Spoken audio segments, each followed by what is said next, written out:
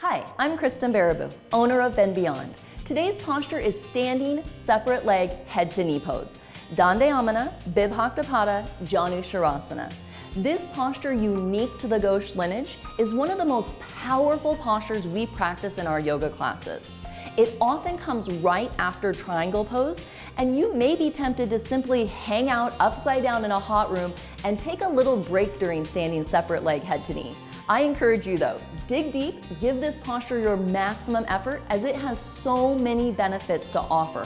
The most important aspect of standing separate leg head to knee is front side compression.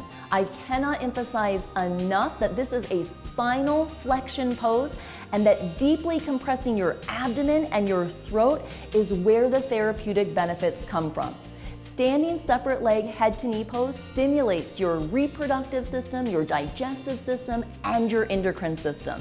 It can help balance blood sugar levels in the body, alleviate diabetic disorders, and balance metabolic function by stimulating your thyroid.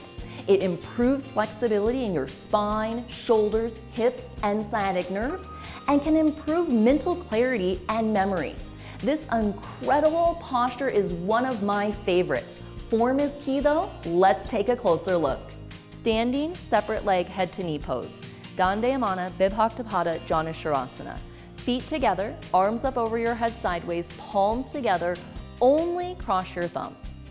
Chin up, lock your elbows, right leg step to the right, about 3 feet. Make sure here your stance is wide enough so that you have the opportunity to open your hips and get more into the spine. Turn to the right all the way. Make sure your front foot is straight, back foot at a 45-degree angle. Bring your left hip forward and your right hip back so that from the side you can see the 2 hips are in one line. Stretch up to the ceiling, exhale and go down. Tuck your chin, keep your arms with your ears and coil down here. A common mistake that we see is keeping the spine straight as you go down rather than getting that front side compression that I talked about where you receive maximum benefits. Go ahead and bend your knee if you need to touch the forehead. Stretch your hands forward beyond your toes and keep your palms together if possible. The whole time, press down right behind the front leg big toe, into the back leg heel, and keep your stomach sucked in. Breathing can be difficult here. Use exhalation breathing, which means most of the lungs are empty and you take little sips as you need it, compressing more with every little exhale. As you come out, make sure to keep your arms with your ears.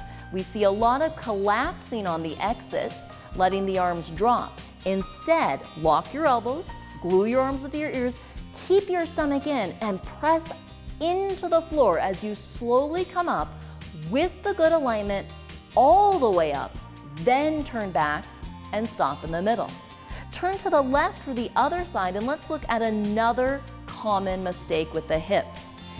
It can be common to allow the back leg hip to open up. Use your inner thigh strength and pull the back leg hip forward to get the hip alignment from the start. Exhale, and as you go down, you may find that hip is tugging back. If needed, bend your front knee to keep the hip forward, 2 hips in one line. Again, touch your forehead to your knee and stretch your hands forward. Even here in the posture, the hip can stick up towards the ceiling, getting you again out of the hip alignment. Make sure to press down through both feet, pull the back leg hip down and a little forward, suck your stomach in, and to finish it off, get your forehead even higher up, creating the most front side compression for you. Keep these tips in mind next time you make it to your mat, and we hope you'll get more out of your practice with us. See you soon.